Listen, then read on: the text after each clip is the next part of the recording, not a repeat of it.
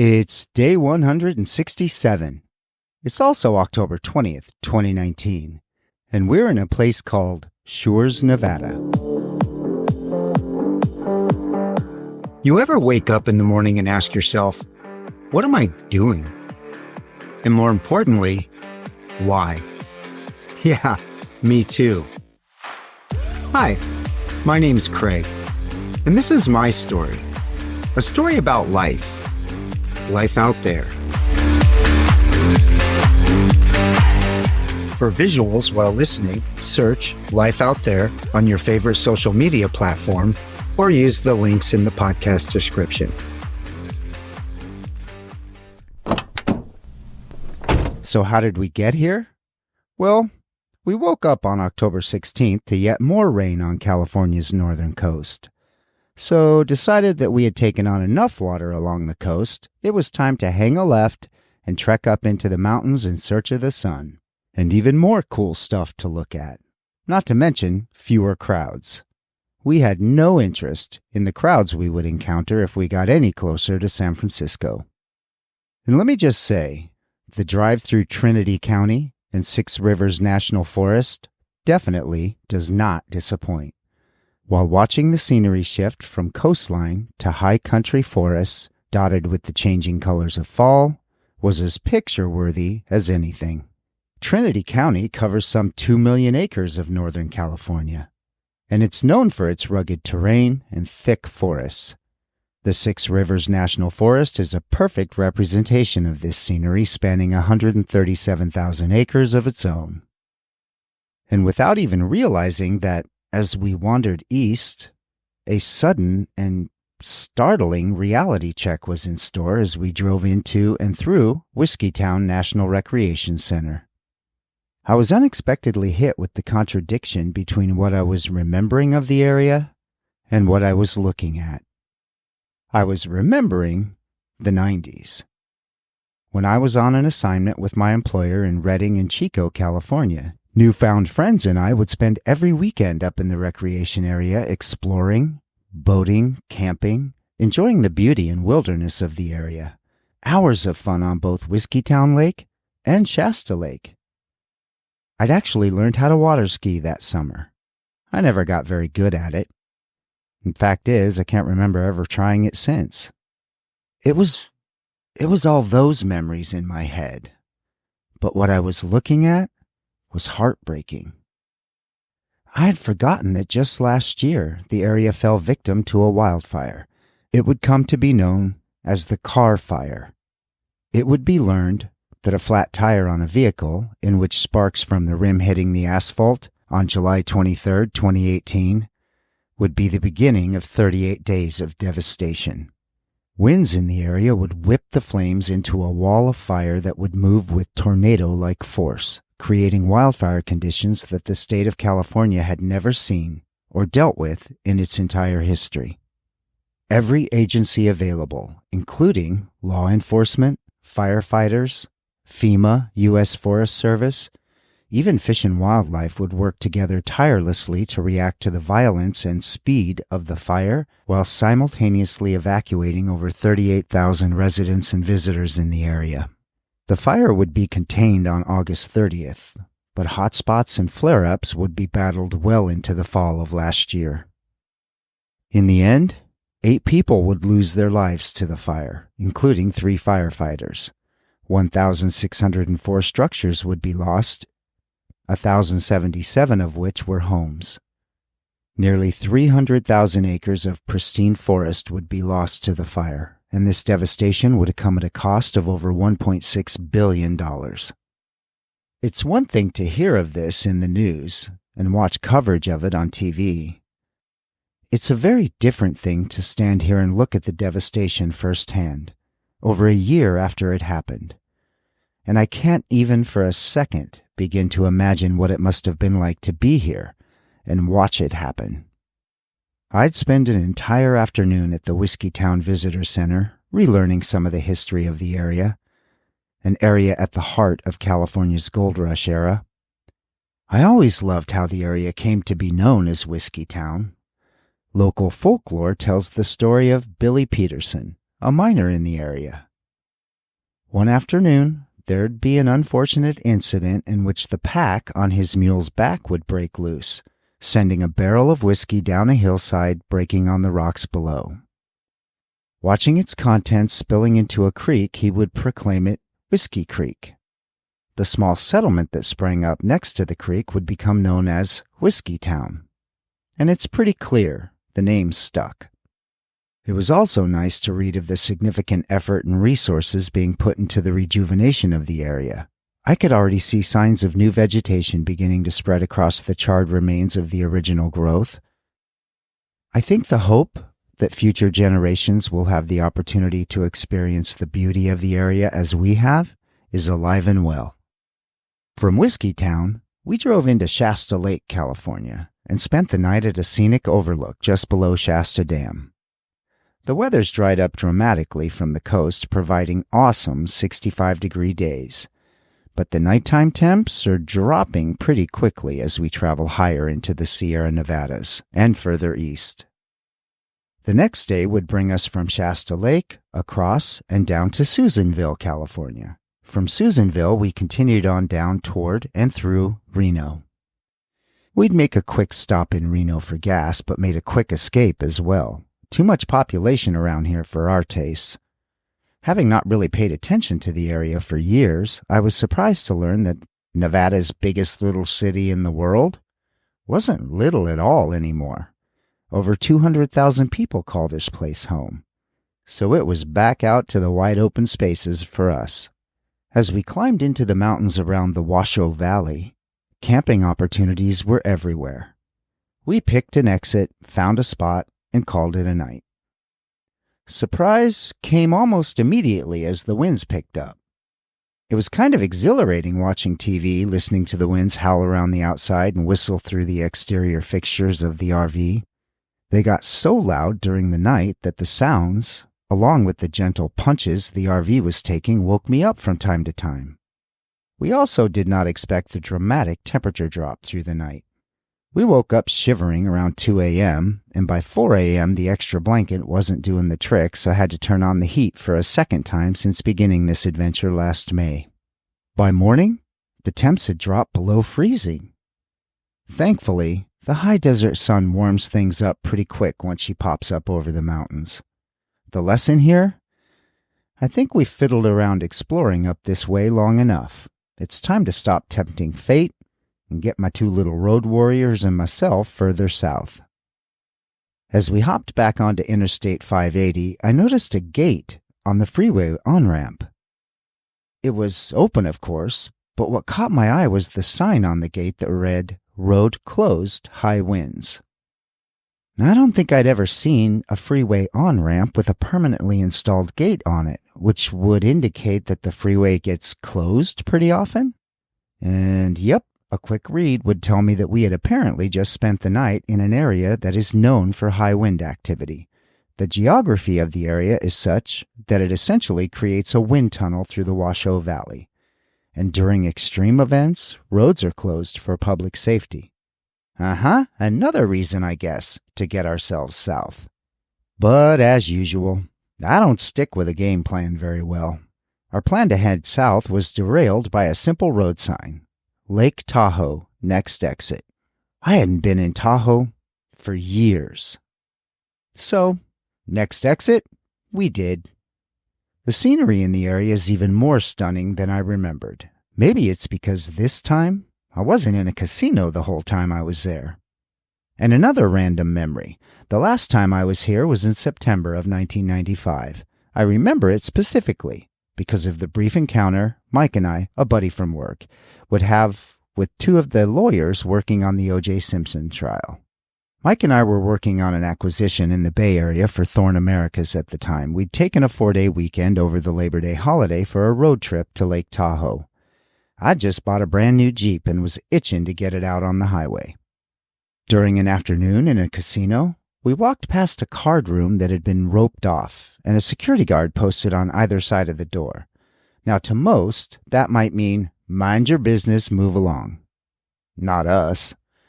We approached one of the security guards and asked about the high-stakes game that must be taking place in there, 'cause it was under guard. But the security guard smiled, nodded towards the table in the room, and explained, "Nothing real high stakes in here, just a couple of folks that need a little privacy." And as he explained, we glanced in and recognized Marcia Clark and Chris Darden. Apparently, the state of California's prosecuting team had taken a bit of a road trip and break themselves that Labor Day weekend. And yep, they look pretty much the same as they do on TV. But I gotta say, even 24 years ago, and still today, I do not get what all the hubbub was about that woman's hair. And this visit, it appears word is out when it comes to Tahoe. The crowds were nearly intolerable. I cannot even imagine visiting the area during the summer season, or worse yet, just a few weeks down the road when ski season kicks in. We entered from the Nevada side and took the Lake Tahoe Scenic Drive. And a heads up to anyone thinking about taking this breathtaking drive, it might not be for you if you're in 55 feet worth of vehicle. That long and winding narrow road left little room for error as we wound our way up and then back down. And there was no chance of stopping for photos either. Every pullout, as well as the lookout point at the top, was packed with cars.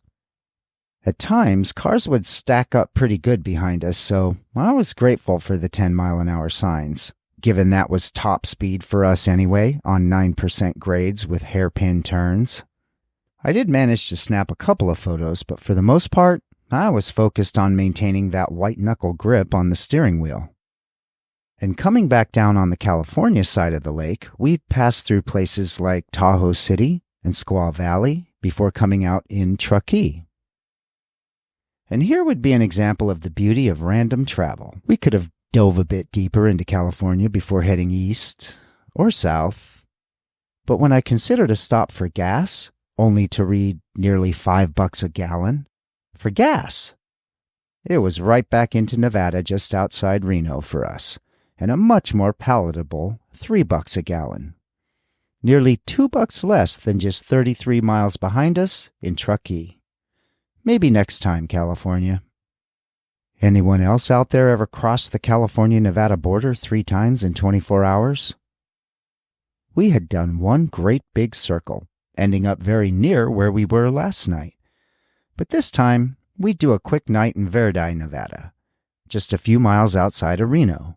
Plenty of spots to pull off for a night along the Truckee River. Pretty much the same on the temperature front, but the winds were much calmer the night before. So, tomorrow we head south, I think. But first, these names? Truckee, Verdi. You know I had to read about these. Truckee, there's always an interesting story, right? And as I read it, the area would originally become known as Gray's Station after a roadhouse on the Trans-Sierra Wagon Road in the late 1800s. But it would be a chance encounter several years before that between a Paiute chief by the name of Truckee-zo and early European explorers that would lead to the naming and mapping of a river and then a town. Story has it, the friendly chief would greet his tribe's new visitors with the Paiute word troke, meaning everything's all right. The travelers would mistake this for his name, and thus, after a bit of European pronunciation was applied, the name Truckee was born. And Verdi? An even better story. Historically, the town was originally known as O'Neill's Crossing, after the man who built a bridge there in 1860. The name Verdi was selected by Charles Crocker, founder of the Central Pacific Railroad in 1868. He chose the name after pulling a slip of paper from a hat that had the name of the Italian opera composer Giuseppe Verdi on it. The town's name was literally pulled out of a hat. Attempting to get back onto our game plan of staying off the beaten track and away from population, we scurried past Reno, then Sparks, looking for our escape from Interstate 80. That escape would come near Fernley, Nevada, in the form of Highway 95 South. Immediately, I felt it. Highway 95 was the right choice. It's hard to explain the sense of wonderment, almost exhilaration I feel when faced with wide open spaces and the unknown.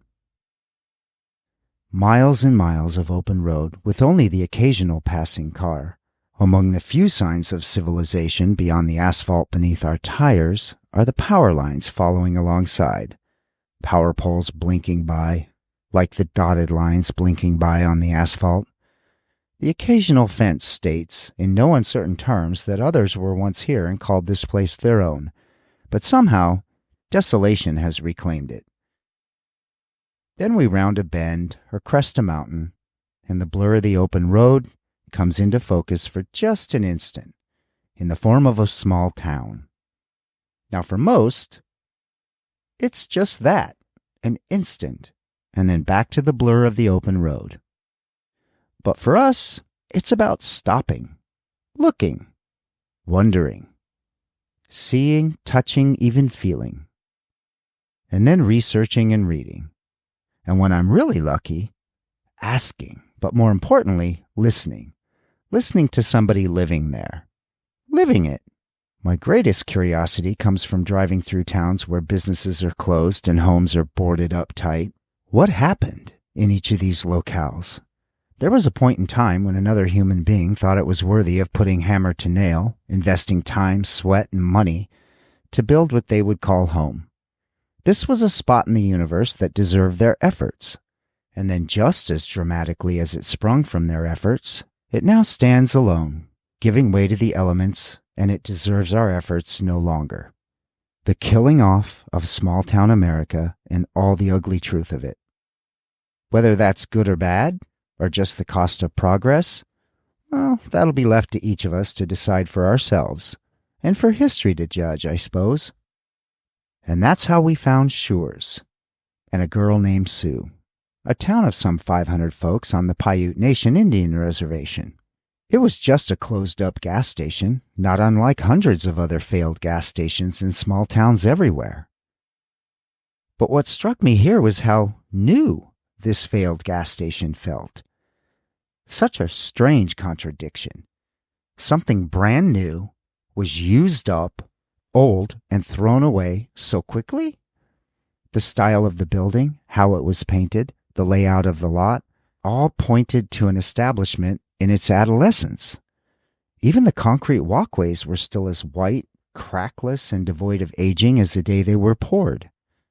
And off to the left of them, alone in an open field surrounded by sagebrush, lizards, and who knows what other types of critters, were two not-so-very-old wooden structures, sitting on newly poured foundations, but left to the elements to decay right alongside their neighbor, the gas station. And just beyond them, a smaller gas station, but this one was still pumping gas and selling sodas. Somehow managing to stay alive, generating life from the handful of us that actually stop as we drive by each day. I pulled into that recently deceased gas station and looked around at the details. From the dismantled fuel pumps, the wires of technological wizardry hanging out to crack and decay in the desert sun, to the speaker wires hanging from what used to be the call buttons, and the bland colors of that desert fauna growing up through areas that were previously planted so carefully with manicured barberry and Joseph pine, now dying off while the deciduous yellow-flowered sagebrush reclaimed their desert. The irrigation system so thoughtfully installed, now permanently dismantled. The shattered windows and all the other signs of human abuse that so often occurs when a building is left standing unprotected, unoccupied, and without the watchful eye, the hustle and bustle of a business. As I followed the arrow on the fading sign pointing to RV parking and pulled into a perfectly level asphalt parking area with weeds now growing through the seams, I parked, got out, walked around, looking, studying, wondering. Circling the building, I came back around to where I had parked and decided, this is where we're going to stay today. A few minutes later, we were leveled up, windows open, letting the cool afternoon air sweep from the desert floor up through our space. The boys and I had been out and done some exploring. And then I grabbed a bottle of water and set out across the field to have a closer look at those other two structures. And beyond them, to that still-alive gas station, to see what I could learn about what so recently was, but is no more. Entering the gas station, I was greeted by a young woman. She is wearing a name tag that read Sue. "Hi, how are you?" she asked. "Great, thanks, and you?" "Doing well," she said. "Pretty quiet out here. Where am I exactly?" "You're in Schurz," Sue said. "Ah, things pretty slow out this way? I was curious about those 2 buildings out there in the field next to you. They look like they were all set up for something?" "Yeah, the Army base up the road sold those to the Paiute for $1 each. All we had to do was have 'em moved here. Was going to turn one into a jewelry store. Never really decided what the second would be." "Oh, I'm on a reservation?" I asked. "Yup. Paiute Nation," Sue said proudly. I suddenly realized Sue was probably Paiute herself. "Very cool," I said. "So what happened to the jewelry store?" "I don't know, really," she pondered.